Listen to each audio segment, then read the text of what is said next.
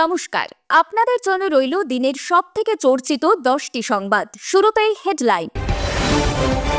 CBI chargesheet না দিতে পারায় সন্দীপ অভিজিতের জামিন, কি বলছে শাসক বিরোধী, দেখুন বিস্তারিত। আগেও বলেছি, আবারও বলবো, ফরাক্কায় নাবালিকা ধর্ষণ খুনে ফাঁসির সাজা নিয়ে কি লিখলেন মমতা। শুধু নেতারাই নয়, এখন কমিশনের ভাগ পায় সাধারণ মানুষও, কাটমানি প্রসঙ্গে স্বীকারোক্তি তৃণমূল বিধায়কের। 4 দিন কেন, 400 বছরেও কলকাতা দখল করতে পারবে না বাংলাদেশ, বিস্ফোরক ফুরফুরা শরীফের পীরজাদা। লোকসভায় ফের মহুয়া বিজেপি দ্বৈরথ, কড়া ব্যবস্থার হুঁশিয়ারি রিজিজুর, পাল্টা দিলেন কৃষ্ণনগরের সাংসদ। বাংলাদেশের নাগরিকদের সামরিক প্রশিক্ষণ দেব, ফের ভারতের বিরুদ্ধে যুদ্ধের হুমকি বাংলাদেশের। ফাঁকিবাজি ধরতে তৎপর নবান্ন, তৈরি হলো হেল্প ডেস্ক, সরকারি কাজের অগ্রগতি যাচাইয়ে মমতার নয়া অ্যাপ। নিয়মিত দিনের সেরা এবং নির্ভুল খবর পেতে সাবস্ক্রাইব করুন আজকের বাংলা সংবাদ চ্যানেলটিকে। আসছি খবরের বিস্তারিত নিয়ে।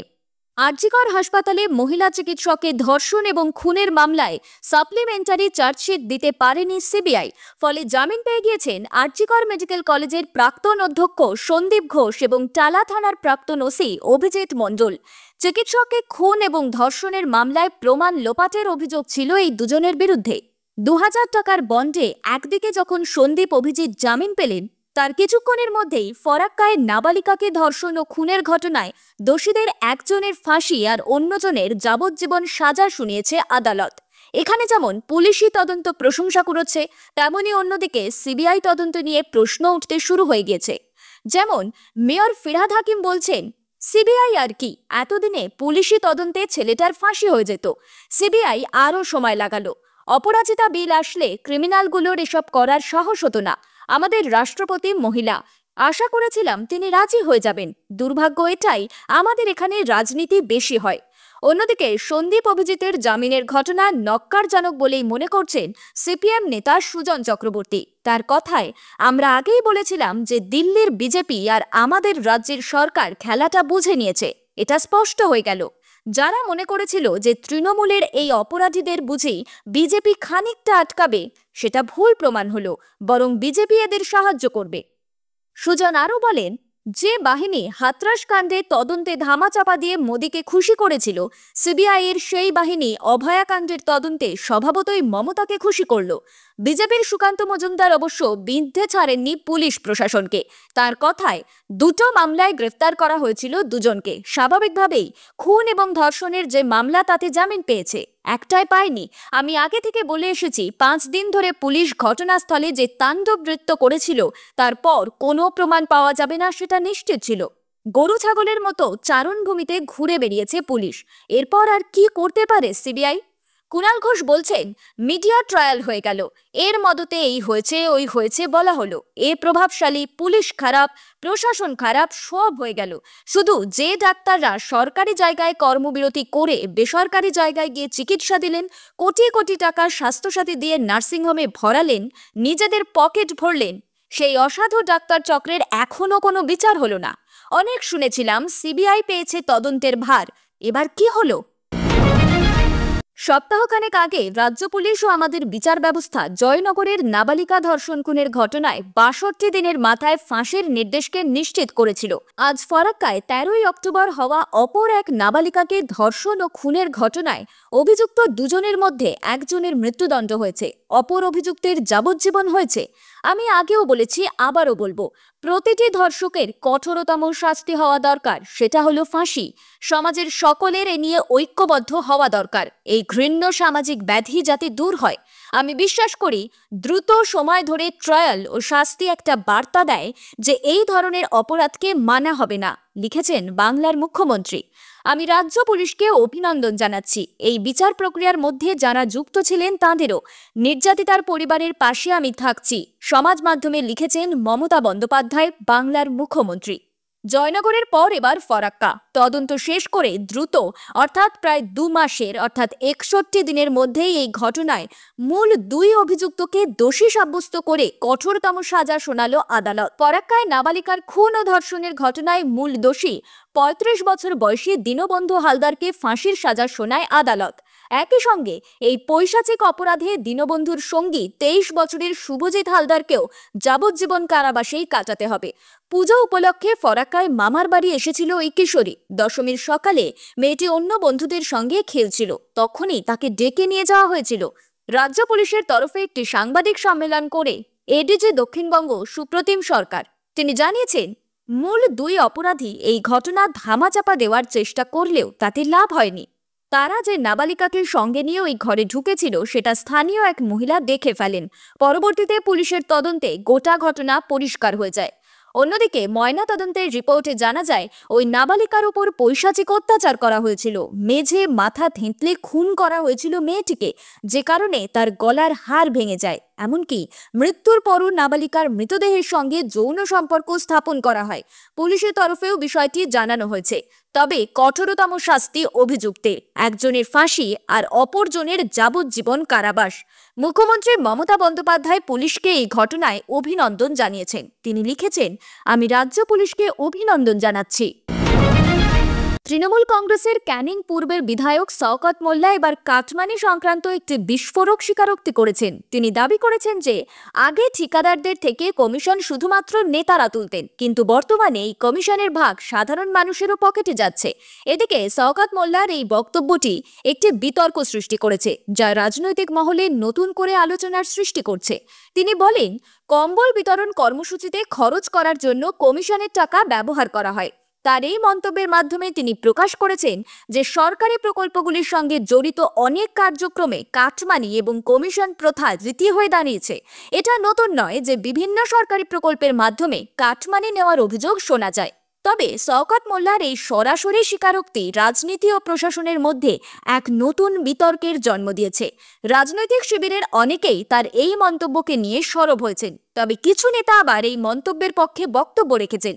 সোশ্যাল মিডিয়া এবং রাজনৈতিক পর্যায়ে এই মন্তব্য নিয়ে তীব্র আলোচনা চলছে এবং এটি আরও একবার তৃণমূল কংগ্রেসের শাসনকালের কাটমানি বিতর্ককে সামনে এনে দিয়েছে। ভারত বাংলাদেশের সম্পর্ক নিয়ে চাপানউতর ক্রমশই বাড়ছে। কলকাতা দখলের হুঁশিয়ারি ছিল বাংলাদেশের বিএনপি নেতার। ওর বয়স হয়েছে, তার মানসিক চিকিৎসা করানো প্রয়োজন বলে মনে করেন ফুরফুরা শরীফের পীরজাদা তহা সিদ্দিকী। 4 দিন কেন, 400 বছর সময় দিলেও বাংলাদেশ কলকাতা দখল করতে পারবে না। আমরা হাতে চুরি পরে বসে নেই। আগেও বলেছি, ভারতের দিকে যে কেউ লাল চোখ দেখালে তার চোখ উপড়ে নেব। এক মুঠো মাটি নিতে এলেও কবজি কেটে নেব।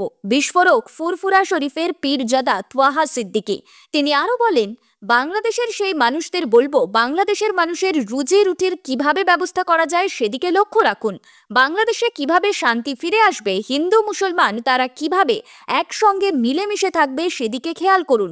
উত্তেজিত করে বাজার গরম করে কোনো লাভ হবে না। যখন যুদ্ধ লাগবে তখন এইসব লোককে আর খুঁজে পাওয়া যাবে না। বাংলাদেশের প্রাক্তন মেজর বিএনপি নেতা হাফিজ উদ্দিন আহমেদ সেনাবাহিনী তৈরির কথা বলেছে ভারতের বিরুদ্ধে লড়তে। সেই প্রসঙ্গে তোহা সিদ্দিকী বলেন, আমি অনুরোধ করব এসব ফুফু আওয়াজ মারা বন্ধ করুন। বাংলাদেশের মানুষ কিভাবে রুজি রুটি পাবে সেদিকে নজর দিন। বাংলাদেশের কিছু রাজনৈতিক নেতা ফুফু আওয়াজ দিয়ে বাংলাদেশের মানুষকে উত্তেজিত করছে বলে মনে করি। যদি ওরা মনে করে প্রশিক্ষণ দিয়ে সবাইকে মিলিটারি করবে, তাহলে আমরা এখানে বিনা প্রশিক্ষণে প্রস্তুত আছি। এতে সাধারণ মানুষকে শুধুমাত্র উত্তেজিত করা হচ্ছে। সংখ্যালঘু সংখ্যাগুরু মানুষ কিভাবে শান্তিতে থাকবেন, তাদের ধর্ম কিভাবে পালন করবেন সেদিকে লক্ষ্য রাখা উচিত। আমাদের ভারতবর্ষের দিকে তাকাতে হবে না। সেদিকে তাকাতে গেলে 1000 বার নয়, লক্ষবার ভাবতে হবে। ফের মহুয়া মৈত্র বিজেপি দ্বৈরথে উত্তপ্ত লোকসভা। শুক্রবার ভারতীয় সংবিধানের 75 বছর নিয়ে লোকসভায় বিতর্কে অংশ নিয়ে বিজেপির তীব্র সমালোচনা করেন মহুয়া।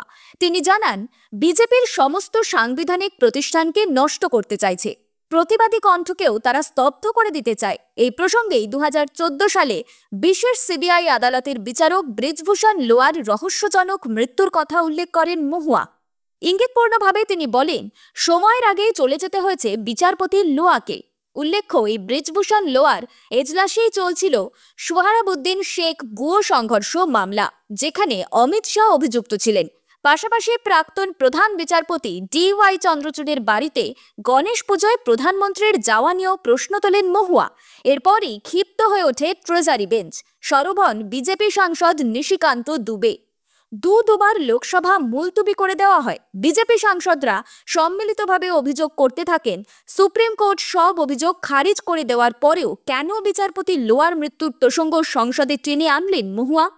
একই অভিযোগ করেন সংসদ বিষয়ক মন্ত্রী কিরেন রিজিজু। তিনি বলেন, সংসদের নিয়ম অনুযায়ী আমরা উপযুক্ত পদক্ষেপ করব। আপনি খুবই খারাপ নজির তৈরি করছেন, এর থেকে আপনি রেহাই পাবেন না। মহুয়ার বিরুদ্ধে তোলা অভিযোগ খতিয়ে দেখা হবে বলে জানিয়ে দেন স্পিকার ওম বিড়লাও। কিন্তু তাতেই দমে যাননি মহুয়া, বরং তিনি সাফ জানিয়েছেন তাকে থ্রেট করেছেন কিরেন রিজিজু। এক্স হ্যান্ডেলে তিনি লিখেছেন, আমাকে হুমকি দেওয়ার জন্য কিরেন রিজিজুর বিরুদ্ধেই ব্যবস্থা নেওয়া হবে, আমার নয়। কেন্দ্রীয় মন্ত্রীর বক্তব্যেই সংসদের রেকর্ড থেকে মুছে ফেলা উচিত। ভারতের বিরুদ্ধে ফের যুদ্ধের জিগির। আমরা প্রত্যেকটি বাংলাদেশি নাগরিককে সামরিক প্রশিক্ষণ দিয়ে প্রস্তুত করব যুদ্ধের জন্য, বললেন বাংলাদেশে বিএনপি নেতা হাফিউদ্দিন আহমেদ। সঙ্গে হুঁশিয়ারি, যুদ্ধ যদি তারা শুরু করে, এই যুদ্ধ আবার তাদের দেশ দিয়েই শেষ হবে। পদ্মা পারে অশান্তি, বাংলাদেশের নৈরাজ্য, আক্রান্ত সংখ্যালঘুরা, মৌলবাদীদের টার্গেট ইস্কন। সঙ্গে পাল্লা দিয়ে বাড়ছে ভারত বিদ্বেষও। বিদ্বেষ এতটাই যে ঢাকায় ভারত বিরোধী মিছিল বেরিয়েছিল। সেই মিছিল থেকে 4 দিনের মধ্যে কলকাতা দখলের হুঁশিয়ারি দিয়েছিলেন সেদেশের প্রাক্তন এক সেনাকর্তা। বলেছিলেন, 4 দিনের মধ্যে আমরা কলকাতা দখল করে নেব। আমাদের সামরিক বাহিনী, ছাত্র জনতা একসঙ্গে আছি। আমাদের র্যাবের 5000 সদস্যের মধ্যে অর্ধেকই নবীন। এদের মধ্যে 2500 যুদ্ধের ময়দানে যেতে পারি।